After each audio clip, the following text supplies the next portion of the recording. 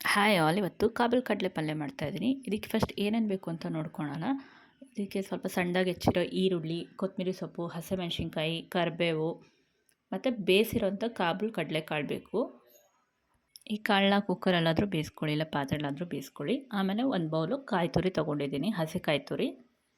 ಎಣ್ಣೆ, ರುಚಿಗೆ ತಕ್ಕಷ್ಟು ಉಪ್ಪು. ಒಂದು ಪಾತ್ರೆ ಇಟ್ಬಿಟ್ಟು ಸ್ವಲ್ಪ ಎಣ್ಣೆ ಹಾಕ್ಕೊಂಡು ಒಂದು 2 ಸ್ಪೂನ್ ಆಯಿಲ್ ಸಾಕಾಗುತ್ತೆ.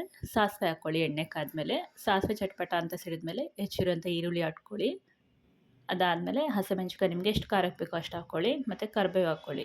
ಇದು ಸ್ವಲ್ಪ ಫ್ರೈ ಆದಮೇಲೆ ನಾವು ಈ ಬೇಯಿಸಿರೋಂಥ ಕಾಬೂಲ್ ಕಡಲೆ ಇದೆಯಲ್ಲ ಅದನ್ನು ಹಾಕ್ಕೊಳ್ಳೋಣ.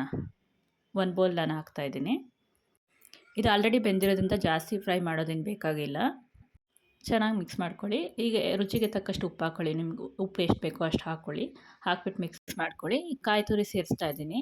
ಕಾಯಿ ತುರಿ ಹಾಕ್ಕೊಂಡು ಮಿಕ್ಸ್ ಮಾಡ್ಕೊತಾ ಇದ್ದೀನಿ. ಹಸಿ ಕಾಯಿ ತುರಿ ತೊಗೊಂಡಿದ್ದೀನಿ ನಾನು. ಈಗ ಲಾಸ್ಟ್ಗೆ ಕೊತ್ತಂಬರಿ ಸೊಪ್ಪು ಹಾಕ್ತಾಯಿದ್ದೀನಿ. ಇದು ಟೇಸ್ಟ್ ಎನ್ಹಾನ್ಸ್ ಮಾಡುತ್ತೆ. ಜಸ್ಟ್ ಮಿಕ್ಸ್ ಮಾಡಿಕೊಂಡ್ರೆ ಸಾಕು. 1-2 ಸತಿ ತಿರುಗಿಸ್ಕೊಳ್ತಾ ಇದ್ದೀನಿ ಅಷ್ಟೇ. ಇದೀಗ ಕಂಪ್ಲೀಟಾಗಿ ರೆಡಿಯಾಗಿದೆ. ನೋಡಿ ಎಷ್ಟು ಚೆನ್ನಾಗಿ ಕಾಣ್ತಾ ಇದೆ ಅಂತ. ನೀವು ಇದನ್ನು ಮನೇಲಿ ಗೆಸ್ಟ್ ಬಂದಾಗಾದರೂ ಮಾಡ್ಬೋದು, ಇಲ್ಲ ಮನೇಲಿ ಸುಮ್ಮನೆ ತಿನ್ನೋಕ್ಕಾದ್ರೂ ಮಾಡ್ಬೋದು, ಹಬ್ಬಕ್ಕಾದ್ರೂ ಮಾಡ್ಬೋದು. ನೀವು ಒಂದು ಸತಿ ಟ್ರೈ ಮಾಡಿ. Thank you.